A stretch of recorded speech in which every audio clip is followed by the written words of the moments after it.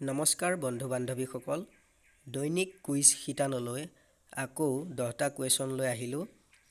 আজিৰ প্ৰথমটো প্ৰশ্ন, কোন চনত অসমীয়া ভাষাটোৱে ৰাজ্যিক ভাষাৰূপে স্বীকৃতি পাইছিল?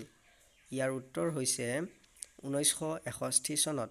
দ্বিতীয় প্ৰশ্ন, কেতিয়া অসমত প্ৰথম ৰেল সেৱা প্ৰৱৰ্তন কৰা হৈছিল?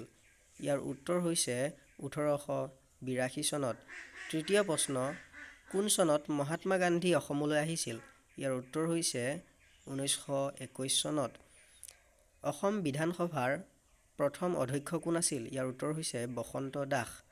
পঞ্চম প্ৰশ্ন, অসমত কোন চনত চাহ আৱিষ্কাৰ হৈছিল? ইয়াৰ উত্তৰ হৈছে 1823 চনত। তাৰ পিছৰ প্ৰশ্ন, অসমত আহোম সাম্ৰাজ্যৰ প্ৰতিষ্ঠাপক কোন আছিল?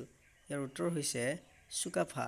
তাৰ পিছৰ প্ৰশ্ন, চুতীয়া সাম্ৰাজ্যৰ প্ৰতিষ্ঠাপক কোন আছিল? ইয়াৰ উত্তৰ হৈছে বীৰপাল। তাৰ পিছৰ প্ৰশ্ন, অসমৰ উচ্চ ন্যায়ালয় ক'ত অৱস্থিত? ইয়াৰ উত্তৰ হৈছে গুৱাহাটীত। তাৰ পিছৰ প্ৰশ্ন, অসমৰ প্ৰথম মুখ্যমন্ত্ৰী কোন আছিল? লোকপ্ৰিয় গোপীনাথ বৰদলৈ। আজিৰ কুইজ শিতানৰ অন্তিমটো প্ৰশ্ন, অসমত প্ৰথম ধ্বংসাত্মক ভূমিকম্পটো কোন চনত সংঘটিত হৈছিল?